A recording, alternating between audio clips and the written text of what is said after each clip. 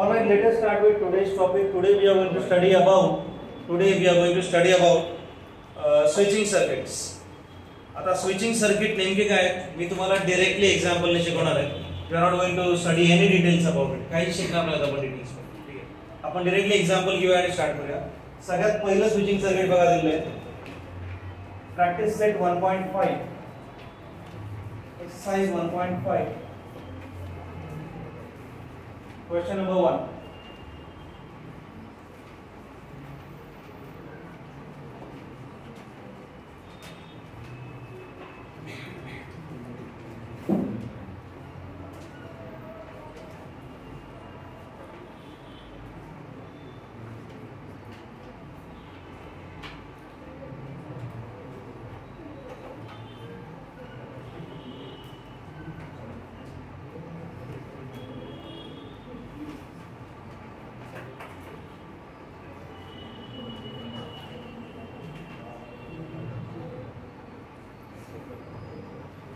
Express the following circuits in the symbolic form of logic and write the input output table. पहिले the symbolic form of logic मध्ये लिहायचे and write the input output table, that is the secondary part. नीट आहे का? एकदम basic गोष्ट सांगतो. Now if you are still writing the question, stop it for a moment. Put your pens down. Put your pens down. Camera चालू आहे का? लक्ष द्यायचं बरं का? फार मोठा जबाबदारी दिली तुम्हाला. लक्ष द्या.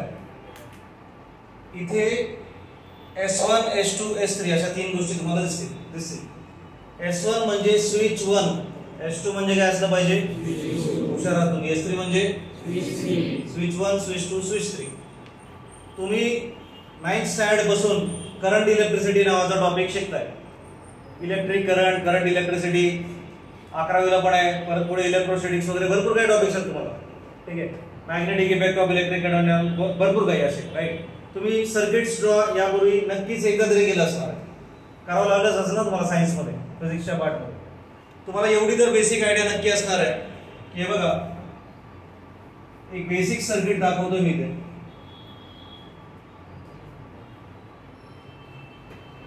इथे एक बल्ब लावून टाकू आपण.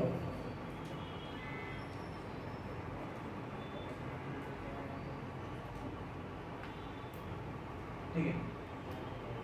मला सांगा हा बल्ब चालू होईल नाही होणार? इथे बटन आहे. बल्ब चालू होणार का नाही होणार? का नाही होणार सांगा? ऍक्च्युली बटन परत नव्हतं करायला पाहिजे. मी वरतीच बटन ते काय झालंय? का नाही होणार चालू? बटन बंद नाही बघा. याला म्हणायचं काय? Open circuit. हा स्विच कसा आहे? ओपन आहे. अरे दोन वायरी जोडलेच नाही ना. करंटचे इलेक्ट्रॉन थोडी इकडे तिकडे उड्या मारणार आहे. तसलं काय होत नाही. माहिती आहे ना तुम्हाला? मग याला काय म्हणायचं? Switch is open. आणि जर हे असं कनेक्शन झालं, हे दांडकं खाली लावलं आपण, आता काय म्हणायचं? Switch is close. Close switch असेल तर बल्ब काढणार की नाही? हा, स्विच क्लोज असेल तर बल्ब काढणार, पेटणार आहे. हे तुम्हाला चांगलं माहिती. इकडे बघा, या ठिकाणी आपल्याकडे बॅटरी दिलेली आहे. एक असेल तर सेल म्हणतो आपण, आणि दोन सेल एकत्र लावले की त्याला काय म्हणायचं? बॅटरी. माहिती तुम्हाला बेसिक? ओके. आता इथे काय करायचं आपल्याला? सगळ्यात पहिले याचं सिम्बॉलिक फॉर्म मध्ये रिप्रेझेंटेशन करायचं. कसं करणार तुम्हाला मी सांगतो बघा. इथे लिहायचं, बरीचशी थिअरी स्टार्टिंगला लिहावी लागते. Let S1 represent circuit switch is close. Switch is close. S2 म्हणजे switch S1 is close. Okay. Switch S2 is closed. S1 represent P टाका. P indicates switch is closed. त्याला Q म्हणा आणि S3 ला R म्हणा. Switch S3 is closed. थोडक्यात काय सांगा? S1 ला म्हणायचं P, S2 ला म्हणायचं Q आणि S3 ला काय म्हणायचं? R म्हणायचं. P Q R. S1 ला P म्हणायचं, S2 ला Q म्हणायचं. हे ठरले बरं का? तुम्ही वेगळे अल्फाबेट्स वापरू शकत नाही. S1 ला P म्हणायचं, S2 ला Q म्हणायचं, S3 ला काय म्हणायचं? R. ओके. आता S1 म्हणजे कोण आहे इथं? P. S2 म्हणजे Q आणि इकडे S3 म्हणजे R. हा P आहे, हा Q आहे, हा R आहे. इथपर्यंत काय डाऊट आहे का? ओके. आता सिम्बॉलिक फॉर्म मध्ये लिहितात कसं ते बघा. स्विचेस जे कुठल्याही सर्किट मध्ये दोन प्रकारचे रेजिस्टन्स असतात.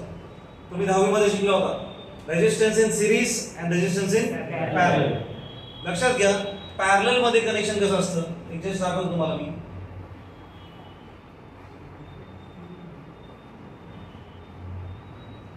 हे आपलं कनेक्शन झालं पॅरलल R1 R2, बरोबर आहे. पॅरलल कनेक्शन असं असतं की नाही, एका खाली एक पॅरलल. सिरीज मध्ये कसं असतं बघा, एका लाईन मध्ये असणार असतं सिरीज कनेक्शन. मित्रांनो, इथे हे दोन्ही स्विच सिरीज मध्ये आहेत की नाही, एका साइडला एक येतं. आणि S1 ह्या S1 आणि S2 S3 कसे आहेत, पॅरलल मध्ये. बघा S1 कुणाला पॅरलल आहे, S2 आणि S3 ला. मी परत सांगतो नीट ऐका, जे लाईनशीर लिहिलेत ना एका मागे एक, त्यांना काय म्हणायचं, सिरीज. आणि जे एका खाली एक लिहिलेत वर खाली, त्यांना काय म्हणायचं, पॅरलल. मी असं म्हणू शकतो का की S1 हा पॅरलल आहे, कोणाला पॅरलल आहे, S2 आणि S3 ला पॅरलल आहे. बरोबर आहे का? डाऊट आहे कोणाला? सिरीज म्हणजे शेजारी शेजारी, पॅरलल म्हणजे वरती आणि खाली. क्लिअर एकदम? आता एक नियम लक्षात ठेवायचा, जिथे कुठे पॅरलल असेल तिथे आपण वापरणार ऑर, आणि जिथं कुठं सिरीज असेल तिथे आपण काय वापरणार, अँड वापरणार. काय लक्षात? जिथे पॅरलल असेल तिथे आपण काय वापरणार, ऑर, आणि जिथे सिरीज असेल तिथे काय वापरणार आपण, अँड. ठीक आहे, तर लक्ष द्या. हे बघा,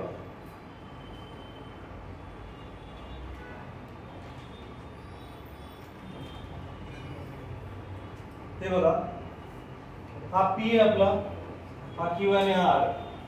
तुम्ही काय करायचं नेट पहा, P कुणाला पॅरलल आहे, Q आणि R ला पॅरलल आहे. बरोबर की नाही? तुम्ही काय लिहायचंय, P पहिले लिहून टाकायचं. पॅरलल असल्यावर आपण काय वापरतो, ऑर वापरतो. इथे लिहून देतो वाटतं बघा, पॅरलल असेल आपण ऑर वापरतो, आणि सिरीज असेल तर आपण काय वापरतो, अँड वापरतो. इथं ऑर टाकून टाकलं.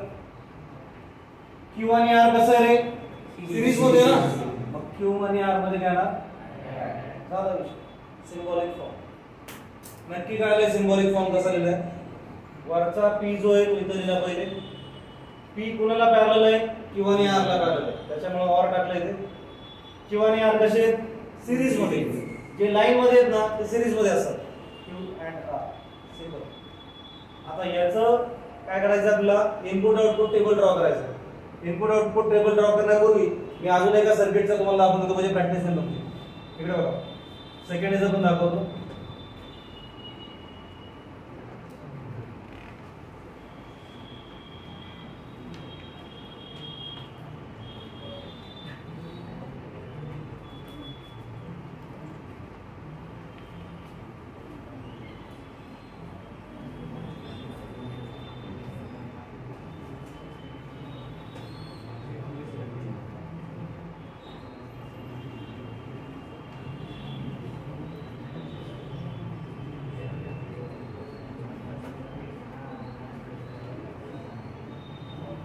लक्ष द्या,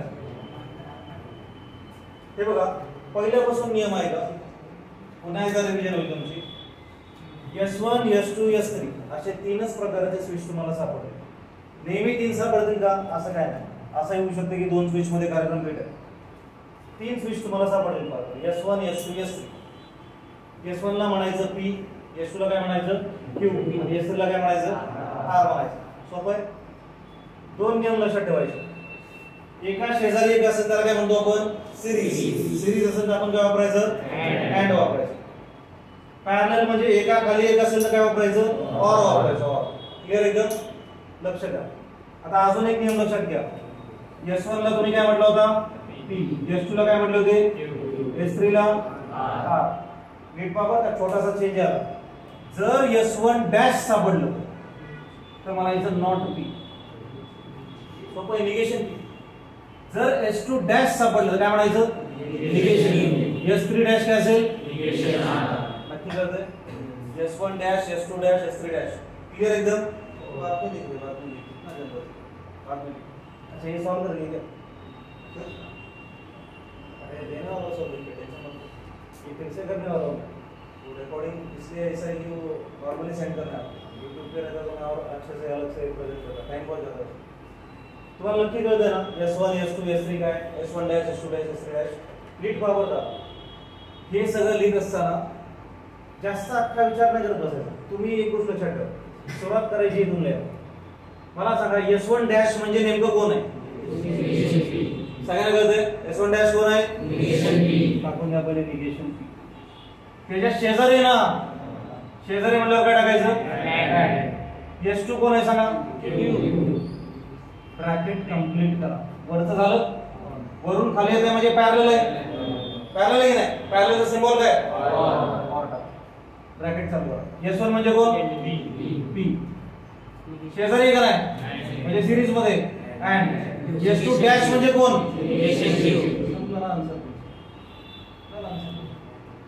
नक्की समजतंय का? डाऊट आहे कोणाला काय? अजून एक बघून घ्या.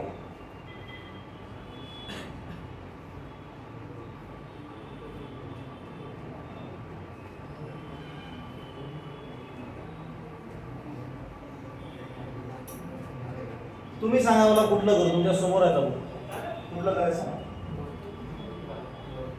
4 नंबर सांगता ते लोक, 4 नंबरचं करायचं का? तुम्ही सांगा. 4th करू? ठीक आहे, लक्ष द्या.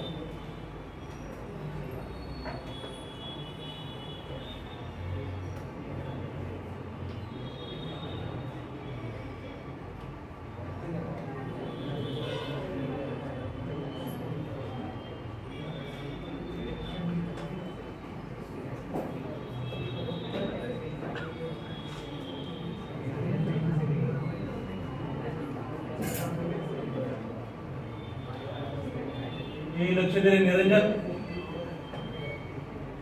गप्पा नको.